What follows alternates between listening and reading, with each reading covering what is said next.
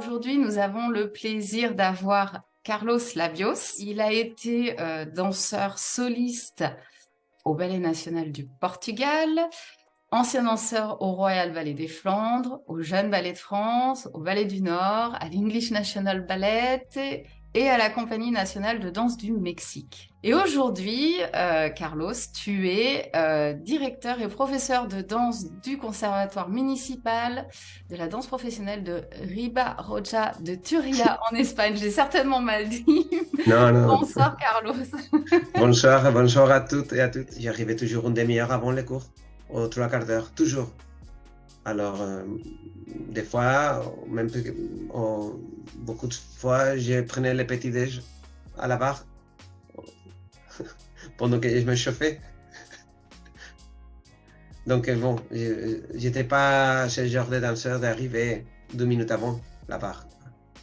J'étais toujours là, j'aimais bien me chauffer bien et tout. Ça faisait partie un peu de ton hygiène de vie.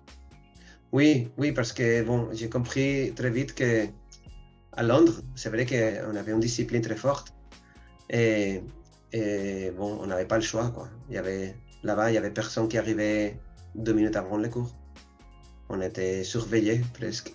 On arrivait une demi-heure avant, trois quarts d'heure avant. Et on marchait pour aller à l'école, et il y avait de la neige. Enfin, tu te rends compte que si tu veux danser, tu dois faire des choses pas normales, quoi.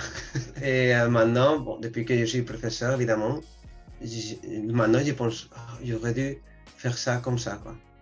Comme maintenant, je le demande à mes élèves. Je pense que j'aurais dû le faire moi-même quand j'étais danseur. Et bien sûr, maintenant, la préparation est différente, quoi. Il y a beaucoup d'exercices, pilates, de body conditioning. Il y a beaucoup de choses qu'avant, on n'avait pas, quoi. C'était que la danse. Et maintenant, je regarde et je dis, j'aurais bien aimé d'avoir ça, quoi. Toutes ces vidéos qu'il y a sur YouTube maintenant pour préparer un plié ou pour renforcer les mollets ou tout, quoi. Maintenant, je regarde et ouf, à notre époque, c'était pas ça, quoi. Par exemple, s'il y a une élève qui s'est blessée, je lui dis, t'inquiète pas, tu vas voir, même si tu perds cette année, c'est pas important, c'est important, mais c'est pas la fin du monde, quoi. Et maintenant, je travaille avec eux, j'aime pas ça, mais quand tu es danseur, tu vas faire des choses que tu n'aimes pas, la plupart du temps. Parce qu'on ne fait pas tout ça qu'on veut tout le temps. T'imagines? On ferait que du client tous les jours, non? Alors, j'essaie de le enseigner dans ce côté-là, de non, maintenant il faut ça, même si tu n'aimes pas. Ce professeur, non, tous les professeurs sont bons. Il y a pas de professeur mauvais. Même si tu penses que tu n'apprends pas, il y a toujours quelque chose que tu vas apprendre de tout le monde.